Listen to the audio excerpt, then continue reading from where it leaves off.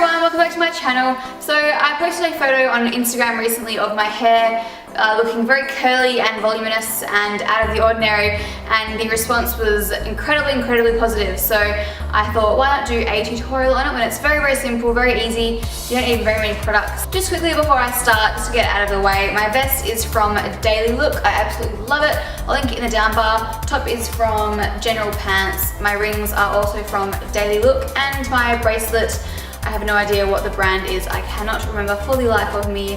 My apologies. Now all you need to complete this hairstyle is a clampless curling wand, a bottle of texturizing sea salt spray, so just any ordinary sea salt spray should work, some hair elastics or some hair ties, and a brush, pretty much any kind of brush. I have a tangle teaser just because that's what I normally use to brush my hair. Oh, and you'll also need one of those little gloves that protects your hands from the clampless curling wands, because I still manage to burn my hands even when I'm wearing it. So imagine how painful it would be if I wasn't wearing a glove. Scary. So I use this VS Sassoon one. I'm not sure what it's called. I will link the name of it in the down bar as usual. But I just put it onto 200 degrees. It starts off at 155, but I put it on the highest setting just to give my hair the maximum curl, because it is long and it doesn't hold the curl very well, so it's nice to have it on full blast. This little glove just came with my hair curler, and then I'll split it in half, so just like this. Then I'll grab this side and I'll twist it a little bit, and then grab my hair tie and just tie it up. Ah, little pigtails, yeah!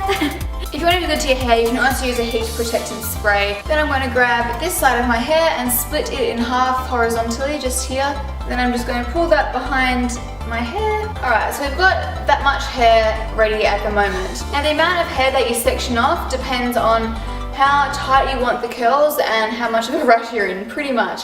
So I will just section off a fairly big chunk because I don't really want to be here forever and my hair takes quite a long time to curl, so I go about that much there. So if you wanted ringlets, like very defined, nice ringlets, then you would want your hair to lay flat around the wand like this. So you want it to maintain that very thin but flat look, I guess, all the way around the curling wand.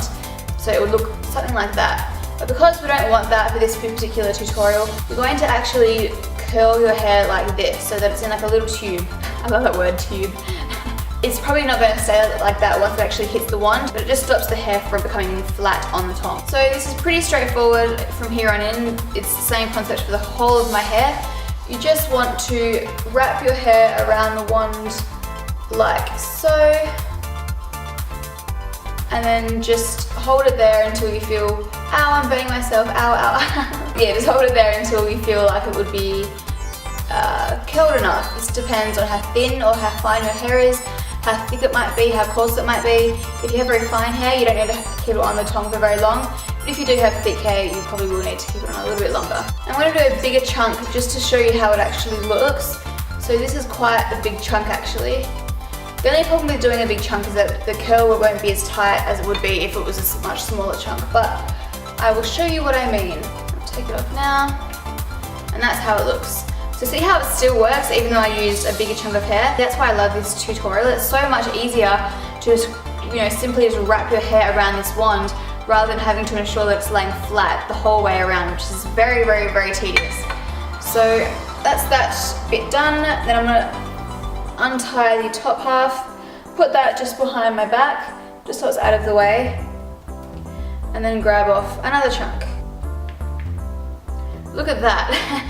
And that's what I mean by if you use a smaller section of hair, you get a much tighter curl. Like, that's crazy compared to that one there, which is a little bit less tight because I used a much larger section.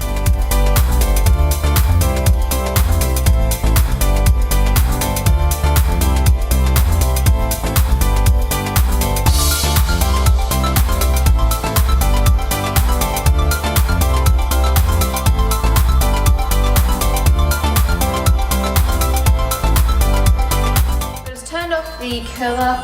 Then I'm going to grab my brush. So I'm just going to completely brush out, ow, and it will be fairly knotty if you do have long hair. Just going to brush the curls out. I mean, you can leave them like that if you want, but for this particular hairstyle, we do need to brush them out.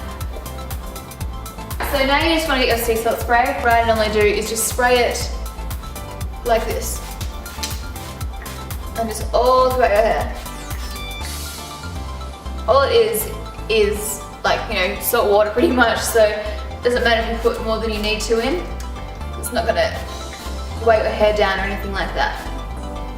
And as you do it, I just like to kind of brush it through like that. And as you can see, it already gives you that really nice kind of beachy wave. It's really hard doing it near my face because I'm scared I'm gonna spray my makeup with salt.